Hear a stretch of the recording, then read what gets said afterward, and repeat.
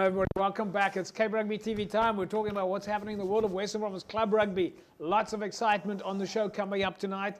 Big thanks to Score Energy Drinks on board with Cape Rugby TV, of course on board with Western Province Club Rugby and the Western Province Club Rugby Sevens, and CyberSmart, internet service providers. We'll talk to you more about both of them a little bit later, including that you can win yourself a case of Score during the course of the show. Back in studio with me, Jerome Parvater. Jerome, welcome back. Yeah, good to be back, JP. And Faziel Felton. Faziel, nice to have you here, man. Yep, always good to be back, JP. All right, let's start at the beginning, guys. It's been, Jerome, what are you feeling at the moment in terms of, I get the feeling that there are clubs now scrambling for the last points. I thought you asked if I'm cold or Well, yeah, that is one.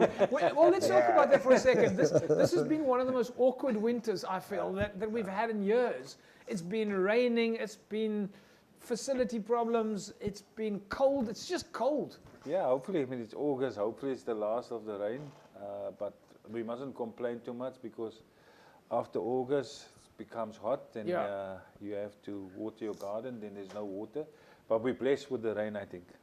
Faziel, on your side, I mean, I know we spoke, but it must be extremely difficult with all coordinating fixtures when you've got the weather like this. JP, it's very stressful, I can put it that way. Yeah. I mean, we're sitting now where we're having to also move the Champions Cup maybe a week later just to accommodate outstanding matches. So from our side, you know, we've obviously got the knockout stages starting in the next month or so, a couple of weeks. So we've got a lot of games in terms of that need to be played. So it's a lot of strain on the clubs, you know, some of them having to play on a Wednesday night, you know, they're not normally used to it, and, you know, coming from work and going to play matches is tough.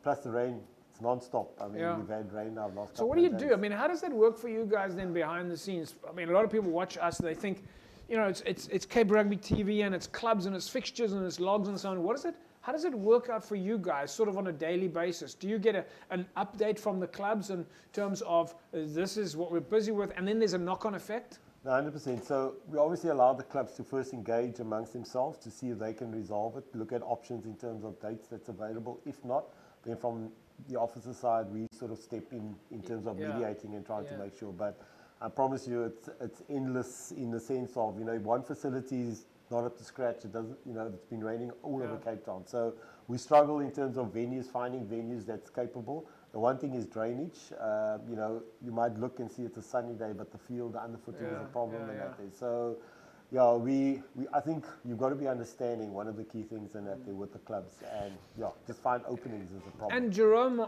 I suppose same question on your side. I mean, you're going out to clubs on a regular basis, speaking to them about, and especially with you and your focus on forwards. How does the weather, or has it affected you? Yeah, I must say, like, just an example, I was at Rangers last night, and the guys are all there, and it started to rain a little bit, but the rain really didn't affect them, because it's the end of the season now, so it's actually, the club is actually happy to see all their players there. So yeah, and I think the guys know. But does that affect you from a, sorry to interrupt, but does that affect you, call it from a, like Faziel was saying, in terms of the facility, it's wet underfoot, it might have rained 3 days ago. Isn't the scrumming the most difficult part? Yeah, but that's exactly so you work on because you're going to play Saturday and the field is going to be wet. So you work on guys set up and just not to overextend their legs and just keep their legs underneath them and just work the heat and just keep it up, and small things that you adjust for the weather. So that's one good thing that you can use, especially at breakdowns when guys go off their feet, how you can support your body weight and things like that. Small things you adjust to the weather. Yeah. Right, folks, so lots of different challenges behind the scenes then when it comes to the fact that it has been winter. We're going to take a look at some of the matches that were played this weekend that we've got footage in. Brackenfell Villages, Falls Bay UCT, Collegians and Kraaifontein, and of course we're going to bring you some of the highlights of the UCT game that was played last week. So, folks, let's quickly run you through some of the results then from this past weekend. We asked them to take a look at the videos, so don't go away. But yeah, Brackenfell, well, they went down to Villages this past weekend, 45-30, but we're going to look at that game in a minute or so.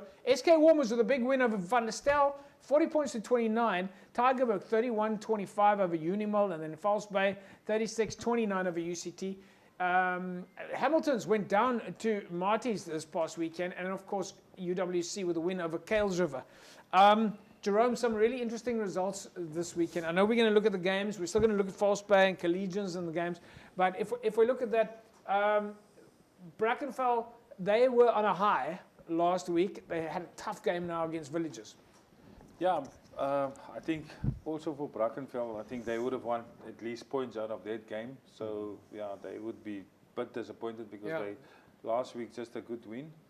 And yeah, I also think the other results are also. Well, hang on, I know where you're going. I know where you're going on this. But one of the things that we saw the previous week, I think, was it SK Women's in Tygerberg, and it was at the track. And a lot of people were talking about the fact that SK Women's got a home ground advantage. This week, though, SK Women's played away from the track, and they played in Stellenbosch against Van der Stel. And Van der Stel recently beat Marty's. So SK Women's really came out to show that they're a team that means business, whether they're playing at home or away. Yeah, look, they've done well this whole season. They basically the surprise of the season in Super A, coming from where they were. Yeah. So they've done well, and I think they're going to be up there with the big boys, and they still have a couple of surprises. Faziel, for you, this is one of those pictures of SK Women's were in Super League B. Yeah. They bounced back. They immediately got their house in order. And they're now saying, guys, we took the knock on the chin, but we fixed things up and we're back in Super League A. No, definitely. I think, SK Women's has got a lot of depth, a lot of talent. And I think the one thing is just a different mindset in terms of how they approach the league and that there. And I mean, I keep on saying it. They're a team that, the conditioning you can see is a lot better in terms of planning and that there. There's a lot of players also coming through, a lot of youngsters, and a nice, well-balanced team and that there. So I think from SK Women's, the attitude is different, and there's a lot more belief in terms of what they can do. And I think it just shows in terms of, the club turning around in terms of how they approach things and that there, and you've just got a completely different team in that.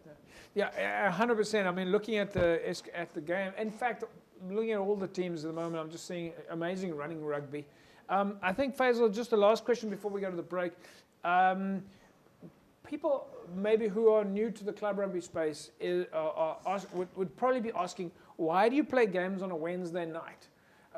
If you're new to the space, or maybe you don't understand the difference between the 15 teams on it, why are there games on a Wednesday night? Look, the biggest challenge is obviously the amount of weeks that we have. So, normally season will start April. But the point is you've got those universities. 100%. Yeah. So your students and that there, we've got the break. So roughly students finish around about the end of May, middle of May, and then they start again on 26th of July. Right. So the amount of weeks that we have Saturdays available is not sufficient. So you've got to play. So you play a couple of Wednesday games? I think if you look at Stellenbosch and you look at UCT for the next, next month, they're basically playing 6 matches. I mean, Jerome will tell you, you've got to have depth in terms of playing. Jerome, did you play Wednesday games in your day? Yeah, we did. We played a lot of Wednesday games. Probably Monday night games as well. No. We played a lot of Wednesday night. Yeah. So what is the? We don't have too much time now, but we're going to talk about that after the break. But folks, we're going to look at Brackenfell and Villages, False Bay, UCT, Collegians and Kravenstein. We'll also bring you the UCT match from last week. Some of the highlights, at least. We'll be back after the break. Don't go away.